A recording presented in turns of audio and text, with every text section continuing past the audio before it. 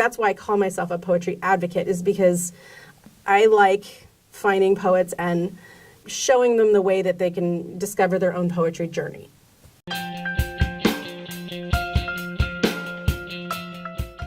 Let's start with a poem where you change your name. Yes. The title is Hammer of My Name. Hammer of my name. My given name, Sarah, in Hebrew means princess, a concept to which I've never related. A captive, a slave, a servant, even a stable girl. Though I've never been any of these, are more relevant. A warrior, a victor, a thief, even a queen holds more meaning. I'm not a delicate girl set up on a pedestal in pink taffeta and tiara, helpless to captors, endlessly in need of rescuing, protecting, and saving from fierce dragons. I don't know that girl.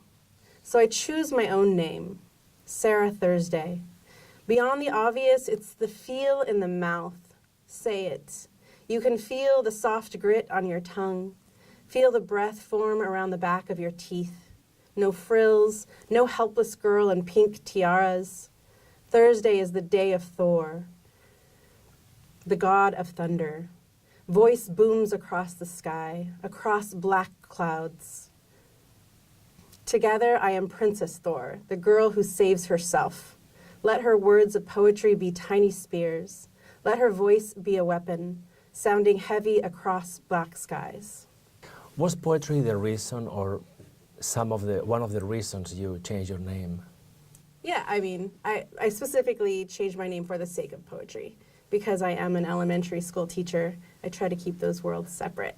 So I needed an alias. You have been writing for a long time. Yes. I think you have published altogether 10 chapbooks. Yes. The first one is from 1992. It's Yes. called The Perishing Hope of the Godless. Yes. And the last one came out recently. It's called 17 Poems Not About a Lover. Yes. When you look at that poetry production, what is the same and what has changed in your poetry? Well, what has changed, hopefully, is the quality. When I was younger, I definitely, wrote very in a bubble, in my own little world. I didn't take poetry classes. I wasn't part of a poetry community, and it was very much just my own exercise of therapy, of, using poetry to express my feelings. As I've gotten older and, in the last 6 or 7 years, I've been much more part of a poetry community, learning a lot more poetry, hopefully improving my craft. What might be the same is that it's me still. I'm a little bit, a little bit dramatic, a little bit, it's still a little bit angsty, I guess. There's still a little bit, always an edge of sadness to my poems. It's still a way for me to exercise my troubles. When you revisit the early work, do you recognize yourself in those poems? I recognize the girl I was, yeah. The last 3 chapbooks, except the very last one, the 17 poems, the last 3 ones, they, in the title, they have, or they show a contrast, like an opposition, and all of them start with the prefix "an," like is unexist, how to unexist, unname, the unname algorithm, and then the other one is called unanchored. So all of them they have with this "and," as if you were trying to undo or untie something. Is it a coincidence? It is a coincidence. I didn't intend to do that. I think I realized at some point that they all started that way, and so with the next one, I had to really make a point to not do that. I'm working on another longer book, and I was trying to think of titles, and again, for some reason, my brain wanted to have things, but I'm trying to consciously stay away from that now. But I like that you kind of made it, connected it together, and yeah, I think that during that period of my life, I was trying to untie things. Yeah, I think so. In 2014, you published your full-length collection, It is called All the Tiny Anchors. Yes. And the subtitle is A Story in Poems. And it is a story, it's a love story. It's very sequential. There's references to June and then September. Yes. There's a description of the first kiss and the second kiss. Yes. And they almost, the poems almost feel like entries in a journal. Could you talk a little bit about how the poems became the book and what's behind the construction of the book? You know, I wrote poetry when I was younger a lot, and there came a point in my life in my mid-20s where I stopped writing. Specifically, I stopped writing when I became a school teacher, and that took all my creative energy, and I didn't need poetry like I did for a long time. So I stopped writing for about 12 years, and then life changed, and a person came back into my life who created a need for me to write again.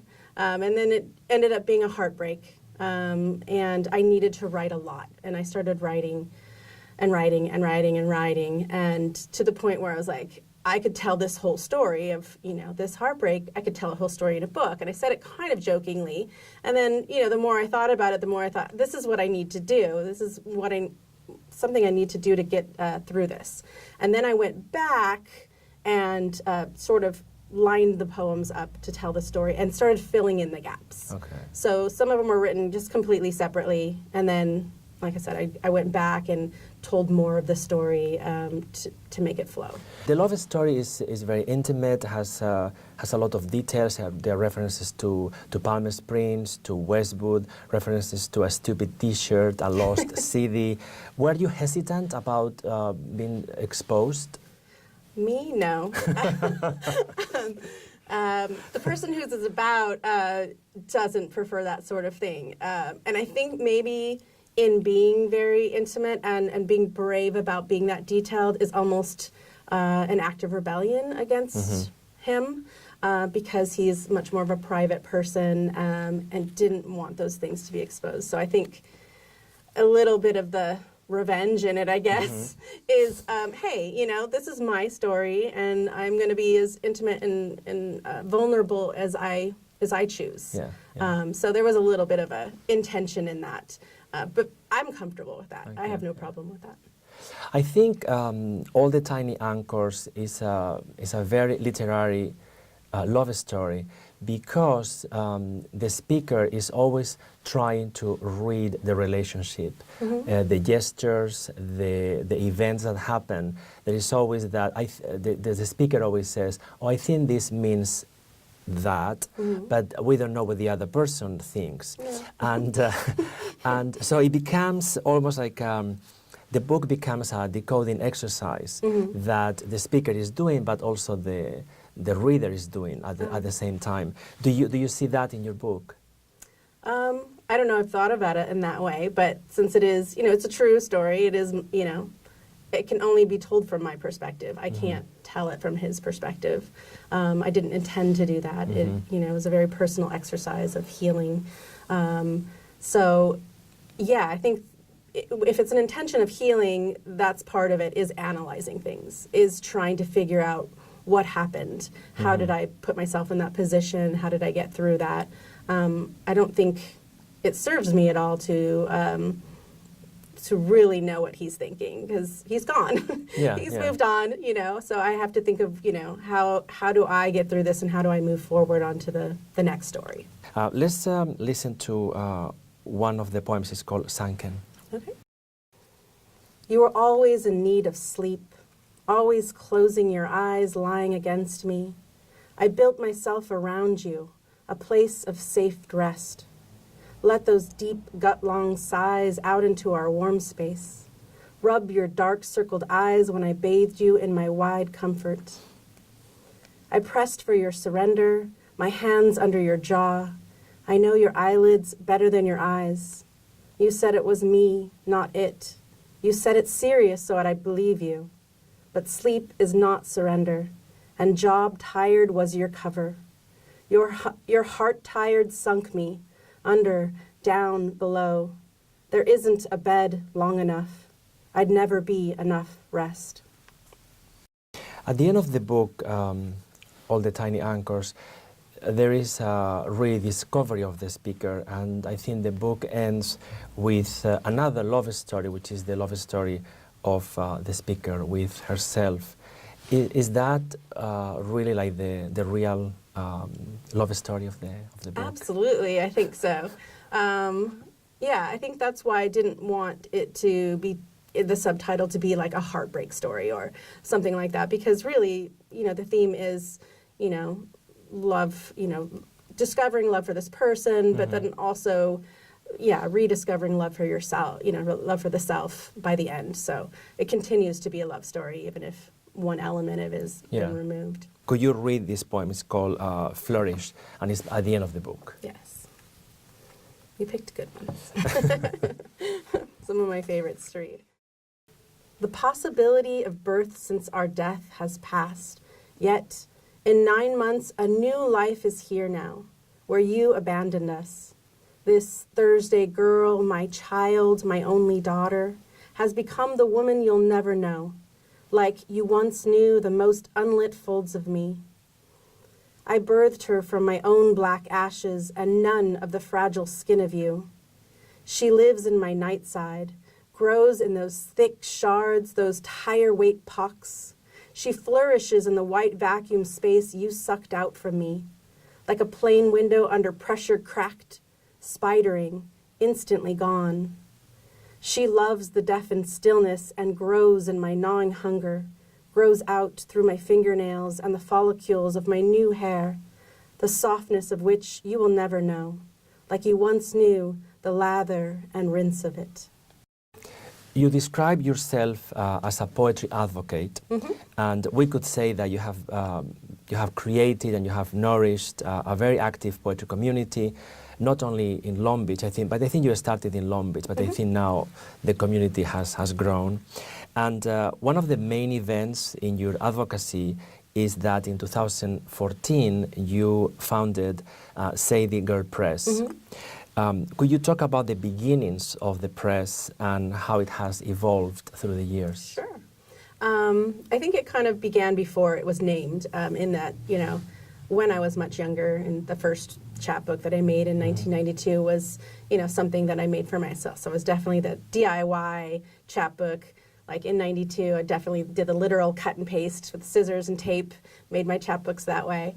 And I did that for many years. And then in 2014, when I started kind of getting back into or really discovering the poetry community, I knew it was something I would do again. I love making books. I love the design of it. I love creating the physical container of poems.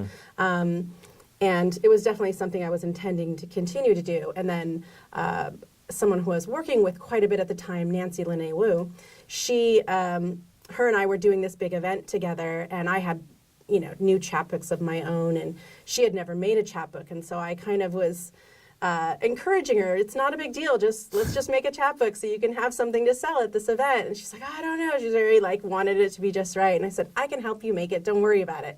And thinking about helping her make one, I sort of I should give that makes me the publisher. Yes, you're the publisher. And let's give it a name. So I sort of had to assign a name to it. So that's how it started, was just wanting to help my friend have a chapbook. We made that in 10 days and had it ready for the event, and it was great.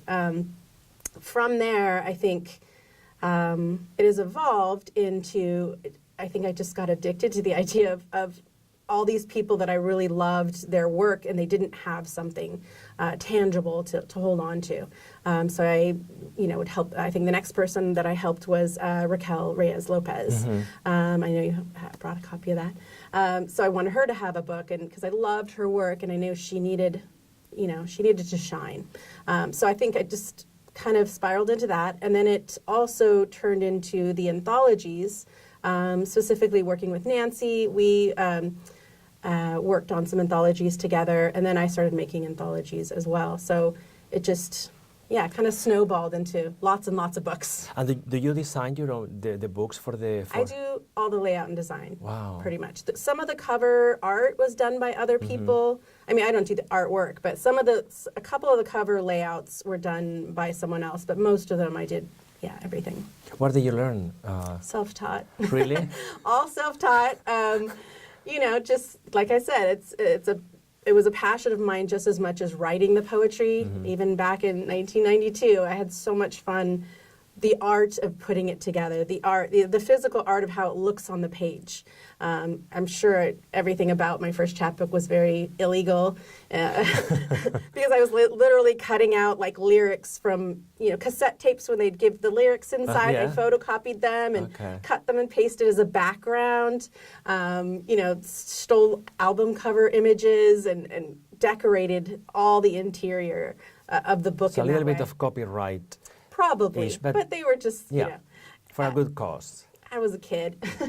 I didn't make any money of it. I still don't really make money from any of these things. These are all passion project things. The books are beautiful. I mean, the design, the artwork. Yeah. How many books have you published? Do you know more or less? More than 20. More than 20. More than 20 in the last 4 years. Do you publish mostly women? Because it's called Sadie Girl Press, people kind of assume, it must be just just publishing women. But I published a chapbook, a dual chapbook with Jennifer Martindale and Daniel McGinn.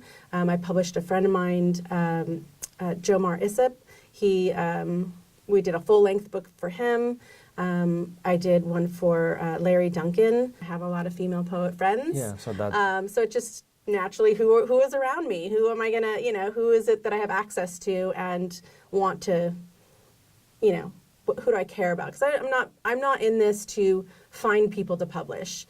My whole purpose in doing any of this was publishing people I already knew and that I really wanted them to have something. Your poetry advocacy has many facets. One of them is a series of poetry readings. Yes. But I think before the readings, you had a poetry workshop called the Poetry Lab. Oh, no, that's not me. That's not mine. you. No. Okay. I was involved with that as a member, but you were that's not Daniel running. Mitchell. Yeah. Okay. I had nothing to do with running it. That's all Daniel Mitchell's baby, and she does a great job with that. Okay. From inspiration that I had from attending the Poetry Lab, I really wanted this idea of a local Long Beach website that published Long Beach poets and focused on, kind of collecting samples of poets on a website. So you could find Long Beach poets on this website. So that's where Cadence Collective came Which from. year was that? That was in 2013. And in the beginning, it was incredibly ambitious. I had no idea. Most of these things I've done, I've had no idea what I was doing before I started them. I'm a fast learner. When I get into something, I'm like, I'm going to figure out how to do this. So the website, especially in the beginning, was very much that person who'd be like, hi, you're a poet, can I publish you? Everyone I met, I would go around with my cards, like handing out my business cards, send me your poems. And I was publishing poems every single day. Every single day? Yes. So for 2 years, I published 365 days of those years. My God. I would set it up ahead of time. I wasn't sitting there at my computer having to do the work every day, but we'd set up 30 days, we'd set up the month in advance or something. It was a lot of work. And from that, from different collaborators, Murray Thomas, G. Murray Thomas has been involved with the poetry community for a very, very long time, and he was a good friend, and he had ended his reading series.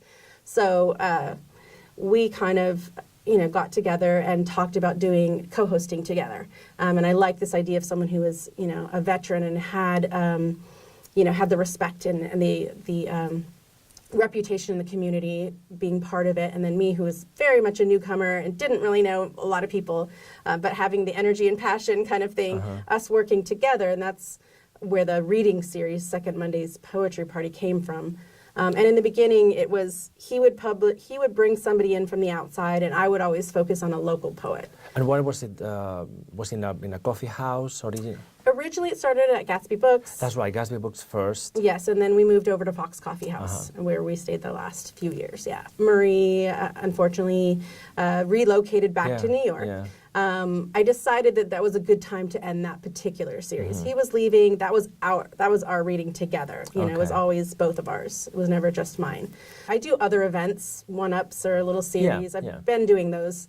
But as far as like an ongoing series, I'll probably I'm already have an idea for one that I'm going to be doing just for the summer called Poets and Plates, where it's going to be in my home. So we're going to be having two poets who will be reading their work, and then we'll have a little bit of time where we'll actually let the audience ask them some questions. Okay. I want it to feel like a homey, intimate feeling, and then afterward having dinner. So eating together and again talking poetry. I love the idea of the poetry community feeling like family. So I'm gonna try this out for the summer and see how it works in my home. If it's gonna be something I can continue, we'll see as I try it out. So. You also published a journal called Incandescent Mind. And this, I think you have published 3 volumes. Yes. The first one was in the summer of 2017, is that right? No, summer 16, yeah. And then it was winter 17, and the last one is called Selfish Work. Yeah, so the theme for the entire journal is mental health. Okay. So that came from this idea of creating these different anthologies. Some of them I did with Nancy, where we did one on poverty. We did another one on female identity. One of my passions is mental health. So I wanted to create a journal that did that. I work with a lot of artists. I'm very passionate about bringing visuals into my work. So I wanted this project to be something that felt just as much of an art expression of mental health as it was poetry. So the first 2 volumes are very much, everyone kind of really focusing on their experiences with mental health, whether it was, working with someone who is mentally ill or their own struggles. So those 2 kind of came out of that. The third one came from this idea of the selfish poem, the poem that you address to yourself, or you write about yourself, where you are looking and focusing at the self, which is an active, mental self-care. So I kind of rolled with that. And that one was a really fun project to do because I actually did a series of workshops for it. Almost every single thing in that particular volume was created for the book, where people wrote things based on prompts that I provided. It's almost all fresh work. It's not previously published kinds of things. So that's where the idea of the selfish work came from. Okay. Yes. Just in case you were not busy enough, you have a full-time job. Yes. You are an elementary school teacher. Yes. And of course you incorporate poetry into your profession. Yes. And you have published anthologies of poems written by your students. Yeah. We have one copy, it's called, I love the title, Empire of Poets. It's all them. That's one thing I love about these anthologies is it's all the kids. I don't come with the titles. I have the kids. It's their poems. It's their titles. They come up with ideas. We put it on the board. They vote on it. They decide on it. The artwork is again stuff that they submit the artwork. The kids look through all the submitted artwork. It's their book.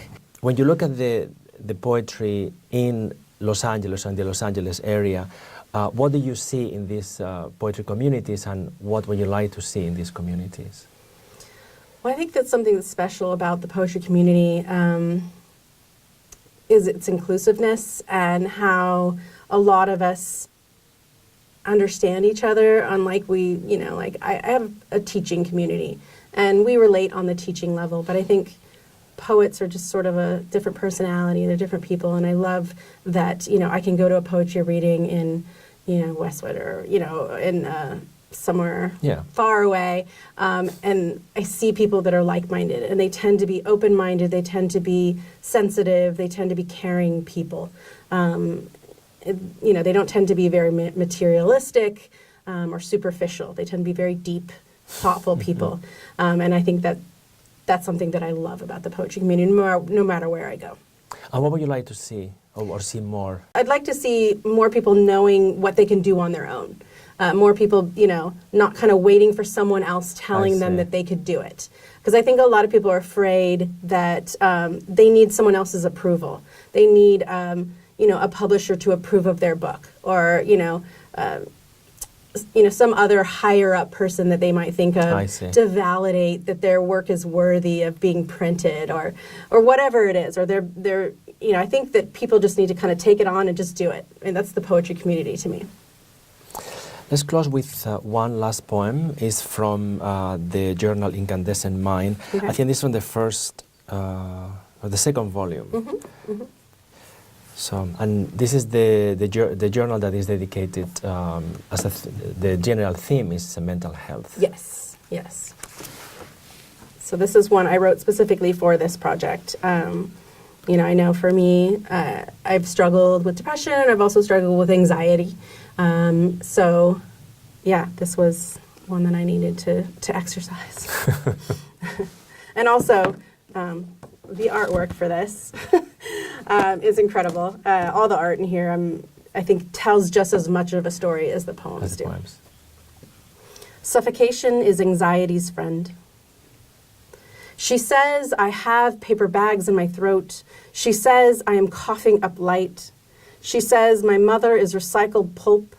She says he filled them with his shredded drafts. She says paper cuts are her father's tongue. She says she speaks around them, crumpled masses, growing acid soft. She says sleep was the first lover who left. She says mother is glue-handled secure.